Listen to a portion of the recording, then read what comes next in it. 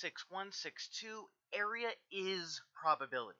Alright, so when you have a normal curve, alright, you have a cutoff point most of the time, and that's your z-score when you're in the idealized graph, and it's x when you have a more applied problem like we're going to have in 6-2.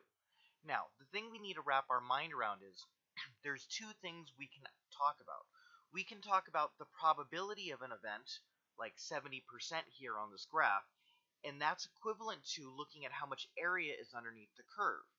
What we're used to doing is adding up all of the boxes. Think back to when we were doing the binomial. When you add up all of the boxes, each box is representative of probability. Well, now we have a smooth curve, so now we just talk about the area underneath the curve as opposed to the number of boxes underneath it. Either way, we're counting up percentages, which, if you add up everything, has to be 100%. Now, that's for the area. There's also the marker where we stop counting area.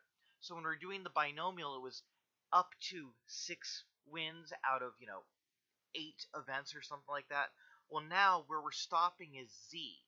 And on the next video, when I talk about how to use the calculator, we'll talk about the z we start with and the z we stop with to figure out the area that's bounded in between.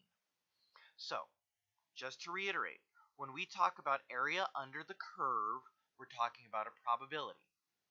And it's linked to when we're doing discrete probabilities in that the boxes were our percentages for each of those events, and you add them up.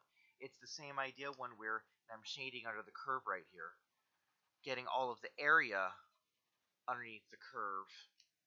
It's the same idea. Probability and area, the same.